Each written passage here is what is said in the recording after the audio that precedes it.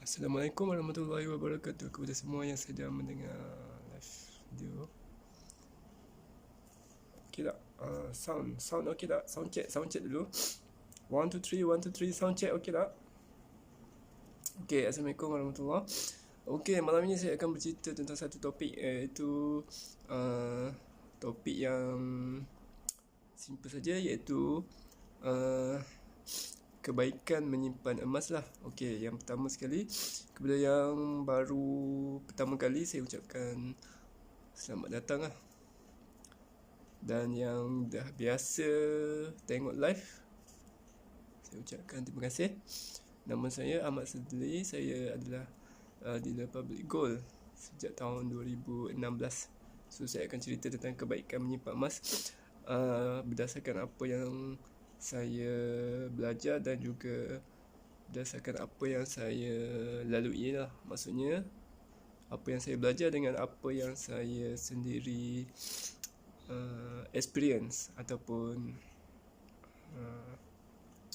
pengalaman sendirilah dari perspektif saya, iaitu pengalaman sendiri. Okey, sebenarnya kebaikan menyimpan emas ni boleh dikatakan secara umumnya memang kebanyakannya dah tahu cuma yang akan saya ceritakan ni ia lebih spesifik ataupun lebih kepada ilmiah.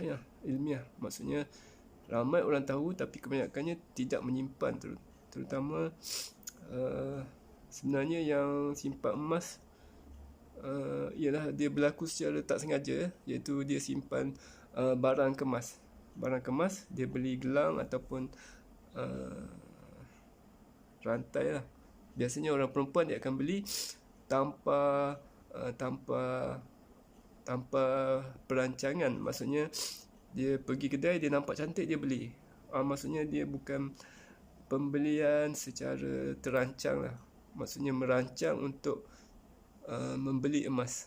Mungkin pembelian itu lebih kepada nature, insting, ataupun datang daripada nature, kehendak. So itu pun sebenarnya bagus juga. Tapi apa yang saya ingin kongsikan ialah kita menyimpan emas secara dari aspek kewangan lah. Kebaikannya daripada aspek kewangan. Terutamanya kaum lelaki dia kurang adanya kesedaran seperti kaum wanita lah. Sebab kaum wanita dia secara nature-nya dia memang suka kepada emas. Jadi kalau dia tak ada ke arah keuangan pun, memang dia secara nature-nya dia akan kumpul barang kemas. Sebab bila dia pakai barang kemas tu, kebiasaannya dia akan suka pakai. Dan memang kalau tak pakai, dia kelihatan macam kekurangan dari segi aksesori ataupun orang kata tak melaram ataupun kekurangan something lah. Memang secara nature-nya emas tu memberikan aura kecantikan. Itu untuk kaum perempuan lah. Di mana emas perhiasan lah. So apa beza emas perhiasan dengan emas pelaburan? Emas pelaburan ni beza sedikit lah, iaitu emas pelaburan dia 24 karat. Dia 24 karat, dia pure gold. Manakala emas perhiasan dia tak boleh, dia punya karat dia biasanya lebih rendah lah, kerana pemakaian, faktor pemakaian. Dia perlu pakai, jadi bila pakai dia perlu sedikit lasak. Dia perlu lasak bila pakai. Biasakan perempuan dia akan pakai di lengan, dia kena keras. So dia akan campur dengan campuran yang menyebabkan karat dia menjadi sedikit ke bawah lah. Biasanya barang kemas ni dia sekitar 18 karat ataupun 22 karat. Karat dia lebih rendah. Untuk karat yang paling tulen 24. Okey, saya tak nak buang masa. Saya terus pergi kepada yang pertama. Yang pertama ialah emas ialah aset kewangan lah. Emas ialah aset kewangan. Aset kewangan sebagai bukti. Poin ini ialah bank-bank menyimpan emas. Bank-bank, even bank negara Malaysia, bila kita setiap kali dia akan declare, dia buat declaration aset dia, dan setiap kali dia declare tu memang dia akan sebahagian dalam bentuk emas lah. Okay, itu yang pertama. Emas ialah aset kewangan. Okay. Yang kedua ialah emas ni dia adalah forgotten saving, iaitu simpanan yang kita lupakan. Okay, bila kita simpan duit tunai, secara kebiasaannya duit tunai kalau kita simpan, nature-nya kita akan guna semula lah, kita akan terguna atau terpakai. Okay. Ini berlaku pada saya sendiri. Saya pernah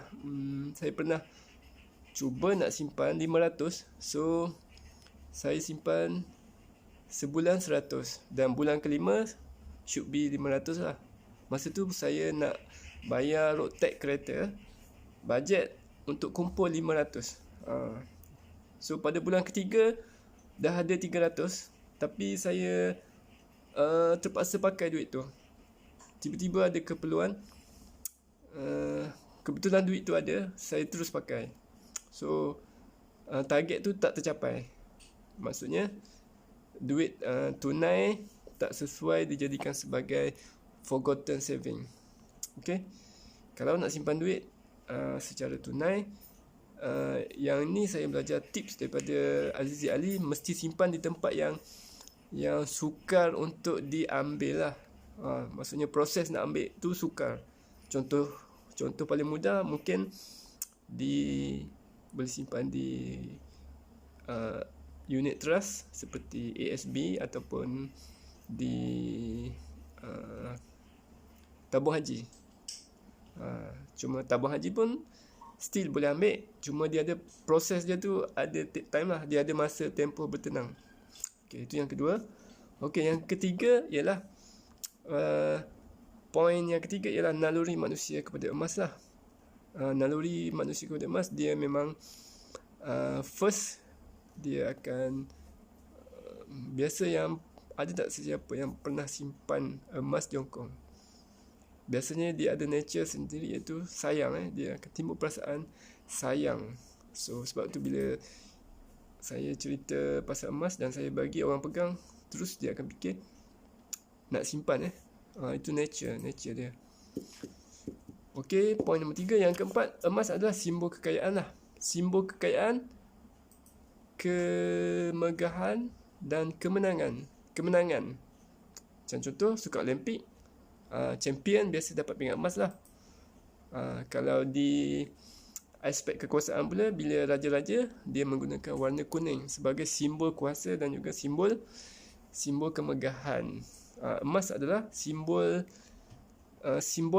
simbolik kepada kecantikan, kekuasaan dan juga kemegahan dan kemenangan. Bila bertanya sukan Olimpik ataupun World Cup, semua yang terbaik, dia punya simbolik dia adalah emas lah. So emas adalah setakat ni adalah aset yang paling dihargai oleh manusia. Okey, yang kelima ialah emas ni adalah satu aset yang paling cair, mempunyai kecairan yang paling tinggi. Apa maksud dia? Maksud dia ialah cair ni maksudnya paling mudah ditukar kepada cash. Contoh hari ni kita nak jual emas, kebiasaannya kita akan dapat duit tunai tu pada hari yang sama.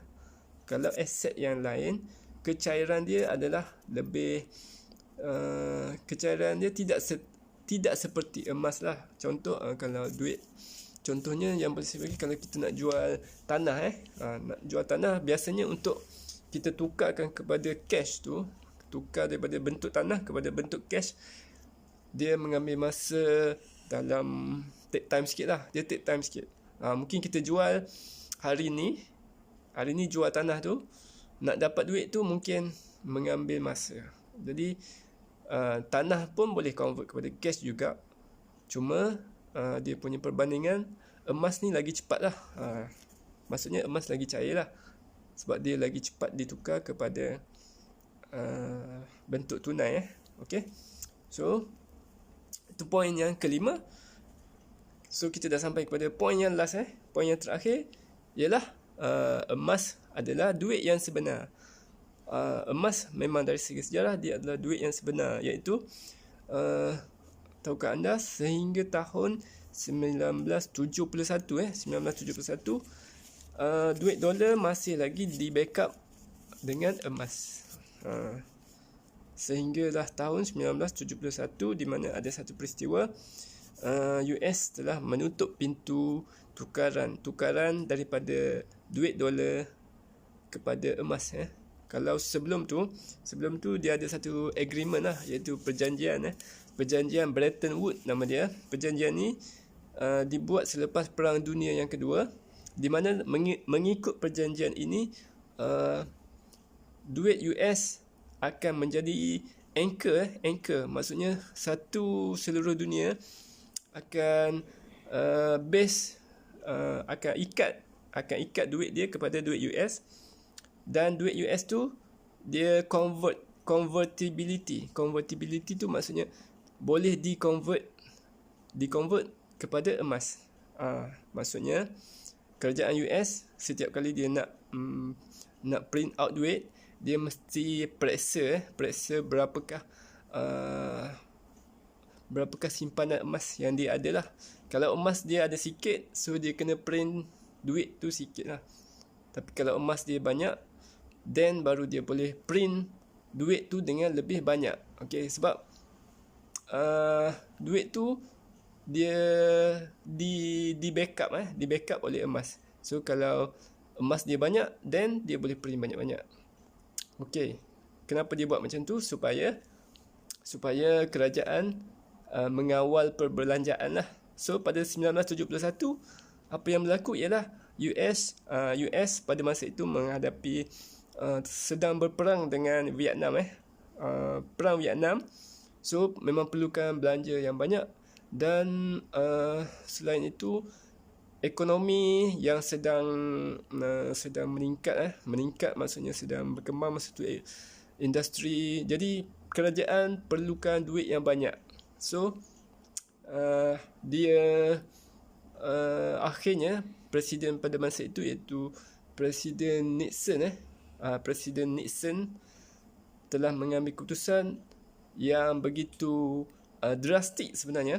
Okay, iaitu dengan menutup tingkap window, Windows convertibility, iaitu kebolehan untuk menukar duit US kepada emas. Okey, bermula daripada saat itu duit-duit yang dicetak oleh kerajaan seluruh dunia, bermula daripada saat itu bertukar status daripada gold standard kepada fiat. Okey, fiat money. Apa maksud fiat money? Duit fiat maksudnya ialah duit yang nilai dia tidak disandarkan kepada apa-apa logam. So nilai dia hanya di-decree, maksudnya nilainya hanya ditentukan oleh government. Macam contoh kita di Malaysia, duit Malaysia nilai dia ditentukan oleh government lah. Selagi government mengiktiraf, then selagi itu duit itu mempunyai nilai lah. Okey, duit fiat Fiat tu maksud dia kata jadi.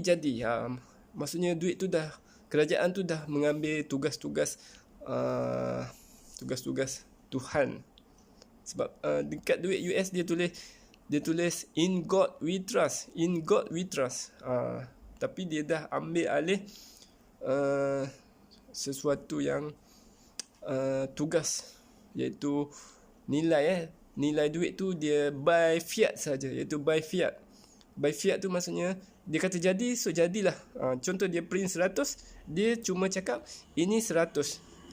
Kertas dia cuma tulis 100. Okey, kalau kertas tu dia tulis 50, so jadi 50. Boleh imagine tak? Dia maksudnya kertas yang sama, tapi nombor saja. Nombor yang ditulis pada kertas itu menjadikan nilai itu. So itulah maksud dia fiat. Fiat tu maksud dia hanya jadi. Jadi. Dia dah macam seolah kun fayakun. Jadi, maka jadilah. So itu sebagai contoh. Contoh. So itulah kesimpulan dia yang saya cerita tadi. So saya rasa setakat ini saja live pada kali ini. Kita berjumpa lagi di lain siaran dan lain waktu. Kalau ada soalan, boleh komen ataupun boleh WhatsApp.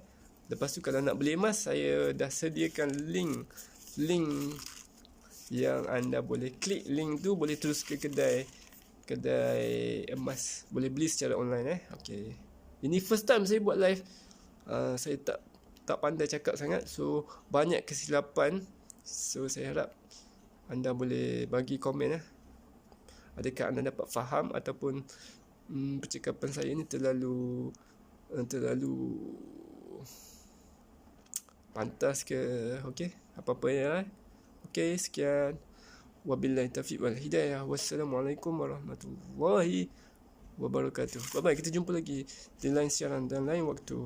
Saya akan buat live lagi, tapi anda kena support. Okey.